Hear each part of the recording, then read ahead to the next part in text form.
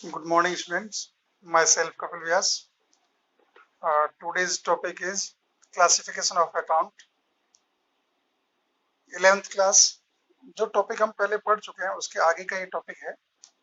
हमने इससे पहले वाले टॉपिक में पढ़ा था कि अकाउंट्स होता क्या है। ठीक है, अब इन अकाउंट्स को हम अलग अलग पार्ट के अंदर क्लासिफाई करते हैं। तो सबसे पहले क्लासिफिकेशन ऑफ अकाउंट्स के अंदर जो approaches for classification of accounts है उसमें 2 अप्रोच है। एक तो है मॉडर्न अप्रोच और एक है ट्रेडिशनल अप्रोच। ट्रेडिशनल अप्रोच बहुत पहले से जो पुराने टाइम से चली आ रही है। Traditional approach, according to this approach, all the accounts are classified in 2 groups for the purpose of recording transaction as follows. Traditional approach के अंदर इनको दो अलग अलग पार्ट के अंदर डिवाइड करते हैं। फर्स्ट है पर्सनल अकाउंट, सेकंड है इम्पर्सनल अकाउंट। जब हम बात करते हैं पर्सनल अकाउंट की तो पर्सनल अकाउंट को 3 पार्ट के अंदर डिवाइड करते हैं। पहला होता है नेचुरल पर्सनल अकाउंट, दूसरा है आर्टिफिशियल पर्सनल अकाउंट और तीसरा है representative personal account. Impersonal account की जब बात करते हैं उसको 2 टाइप्स में डिवाइड कर रखा है, जिसमें है real accounts and nominal account. अब हम सबसे पहले बात करते हैं पर्सनल अकाउंट्स की। Personal account, these accounts relate to person such as individual, firms, companies etcetera. Personal account जो होते हैं किसी न किसी पर्सन से रिलेटेड होते हैं। वो इंडिविजुअल भी हो सकता है, फर्म भी हो सकती है, कंपनी भी हो सकती है। These are prepared to determine the balance due to or due from person or organization. These account can further be classified as follows. ये अकाउंट जब हम बनाते हैं तो उसमें ये होता है किसी भी पर्सन या ऑर्गेनाइजेशन से कितना ड्यू है, मतलब कितने देने बाकी है या कितने लेने बाकी है, उनका पता ड्यू टू और ड्यू फ्रॉम, इसका पता लगाने के लिए हम मैनेज करते हैं। इसको भी 3 अलग अलग पार्ट के अंदर डिवाइड करते हैं। फर्स्ट है natural personal account. These are the account of those person who come into existence naturally. ये उन लोगों का अकाउंट था जिनका बर्थ बाय नेचर होता है।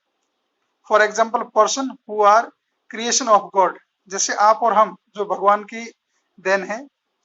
Therefore it is included only accounts in the name of individual like Maya's account, Rahul account, Om's account, etc. ठीक है, इनमें वो सारे नाम आते हैं जो किसी पर्सन के हैं, चाहे वो ही और सी कोई भी हो सकता है। सेकंड है artificial personal account. These are the account of those institutions or corporate bodies which are recognized as person in business dealings, which include companies account, society account, etc. Artificial account, personal account वो account होते हैं जो business के अंदर जिनको एक person ने बनाया है। आर्टिफिशियल का मतलब है जिसको कृत्रिम, जिसको मनुष्य ने खुद ने बनाया है। फॉर एग्जाम्पल मैं कह दूं श्रीमती बीडीआर के स्कूल अकाउंट्स। बीडीआर के स्कूल अपने आप जनरेट नहीं हुआ, इसको बनाया गया है। तो बीडीआर के स्कूल का जो अकाउंट होगा वो आर्टिफिशियल पर्सनल अकाउंट में आएगा। For example Janata sweet home accounts. ठीक है, तो इस टाइप से जो ये है, चाहे वो इंस्टीट्यूशन है चाहे कॉर्पोरेट बॉडी है, उनके नेम से जो अकाउंट होते हैं वो सारे आर्टिफिशियल पर्सनल अकाउंट होते हैं। Third part, representative personal account. These are the account that represent a certain person or group of persons, which include account like prepaid, outstanding rent, which represent the amount paid in advance and payable to the landlord respectively. इसमें क्या होता है, representative personal account होता है जो किसी न किसी को रिप्रेजेंट करता है। फॉर एग्जाम्पल मैं बता दूं capital account. Capital account businessman को रिप्रेजेंट करता है। ठीक है, या प्रीपेड रेंट का है या आउटस्टैंडिंग रेंट है। प्रीपेड रेंट का मतलब है जो रेंट आपने पहले से प्री में पे कर दिया हो।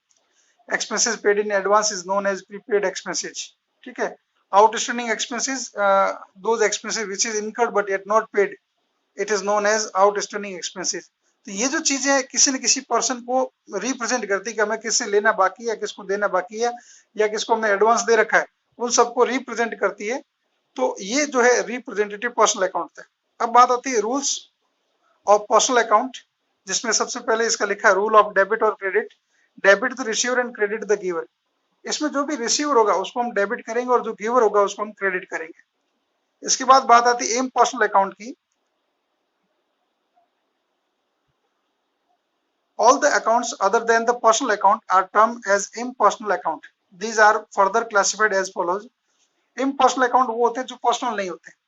फॉर एग्जाम्पल फर्स्ट इसमें है रियल अकाउंट और सेकंड है nominal account. Real account, account that related to tangible और इनटेंजिबल एसेट्स। अब देखो टेंजिबल एसेट्स और इनटेंजिबल एसेट्स क्या होता है? टेंजिबल एसेट्स वो एसेट्स होती है जिसको हम देख सकते हैं और छू सकते हैं, see and touch the assets is known as tangible.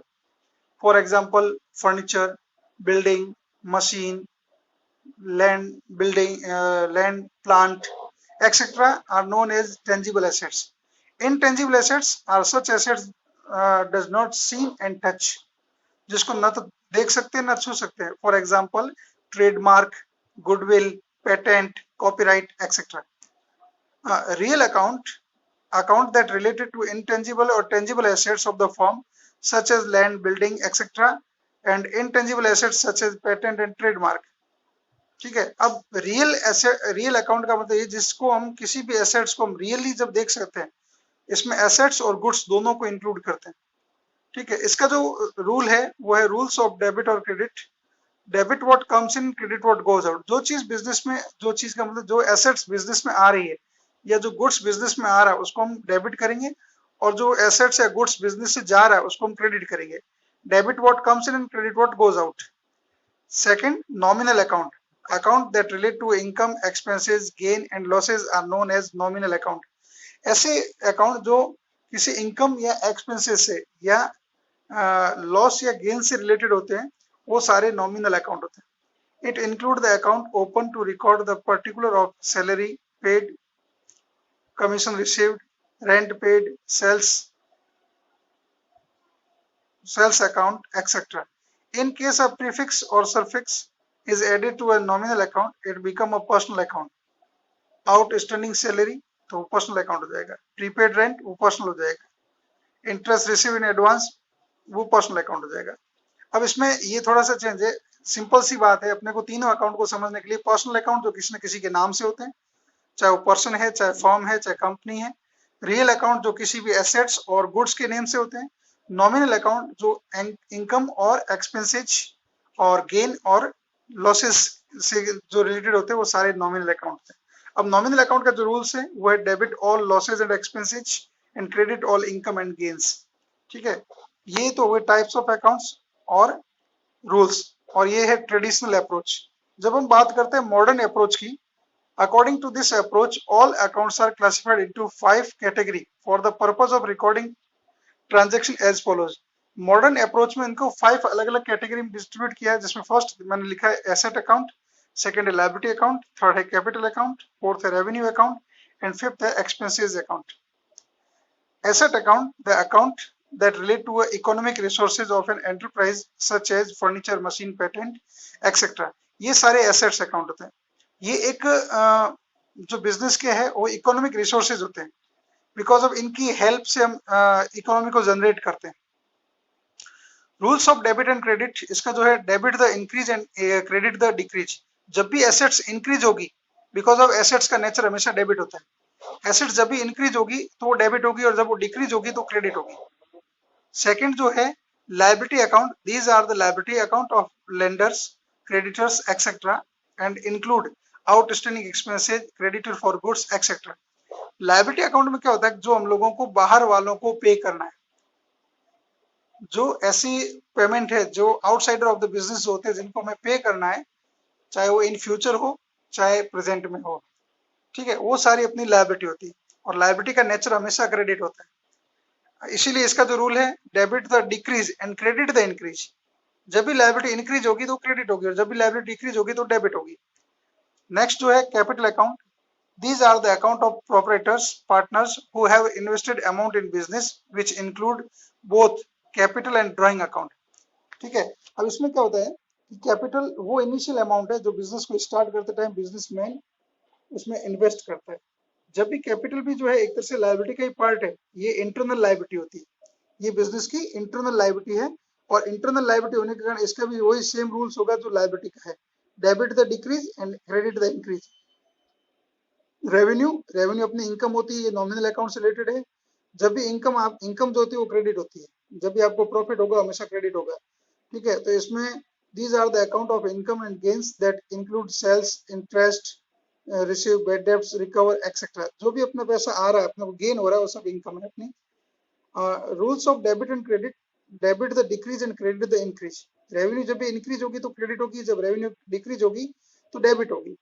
फिर expenses account, expenses account, these are the account of expenses and losses that include purchase, wages, depreciation, etc. Rules of debit and credit, expenses होते हैं हमेशा debit होते हैं क्योंकि वो अपना खर्चा होता है, उससे पैसा हमेशा जाता है। Debit the increase and credit the decrease, जब भी एक्सपेंसेस कम होंगे तो क्रेडिट होंगे और बढ़ेंगे तो डेबिट होंगे। उसके बाद जो इसमें नेक्स्ट जो टॉपिक है वो है balancing of account, understanding meaning and importance of balancing of accounts. अब इसमें बैलेंसिंग ऑफ अकाउंट्स में जब भी मंथ एंड होता है, ईयर एंड होता है, तो हम अकाउंट जो बना के रखे होते हैं उनको बैलेंस करके उनका एक बैलेंस निकालते हैं कि हमें किसको कितना पेमेंट करना है या किससे कितना पेमेंट लेना है, उस अमाउंट को कैलकुलेट करना होता है।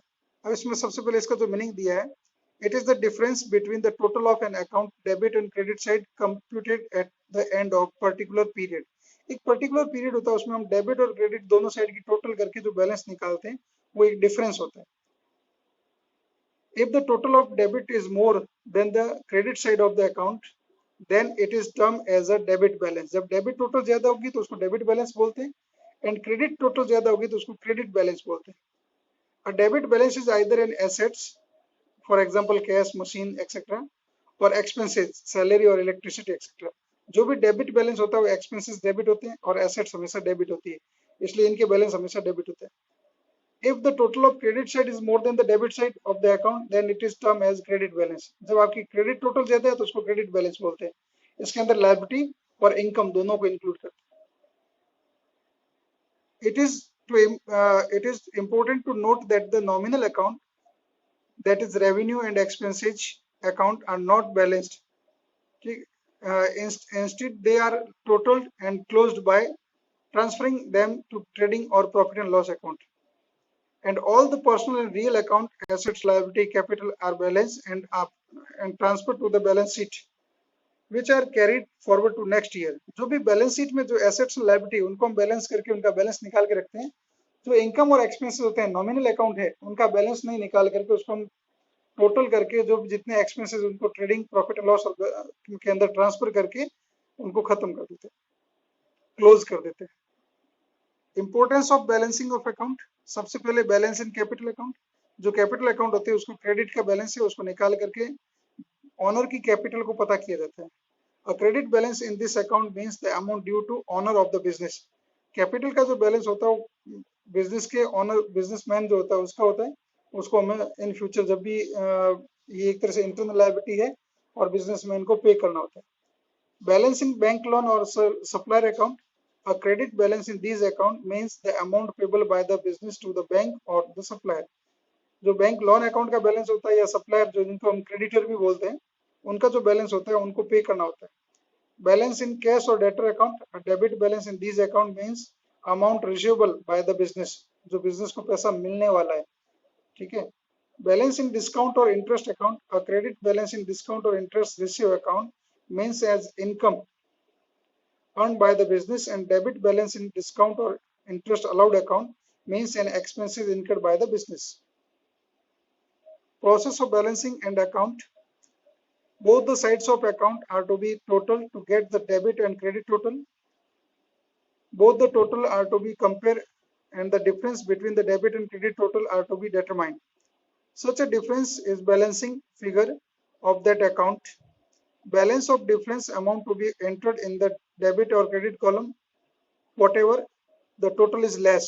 जिधर टोटल कम होगी उस साइड उसको लिखा जाता है।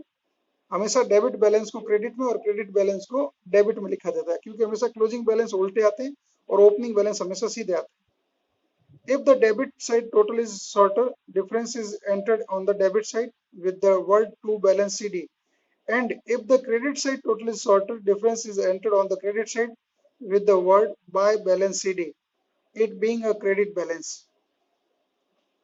इस वीडियो को आप देखेंगे प्लस इस पीडीएफ को आप अच्छे से अपने कॉपी में नोट डाउन करेंगे, उसके बाद इसको वापस एक बार सुनेंगे और समझेंगे। अगर आपको कोई भी प्रॉब्लम आती है किसी चीज को समझने में तो आप मुझे बी फ्रैंक पर्सनली पूछ सकते हैं, मुझे कॉल करके पूछ सकते हैं, मैसेज करके पूछ सकते हैं। God bless you, stay safe, stay home.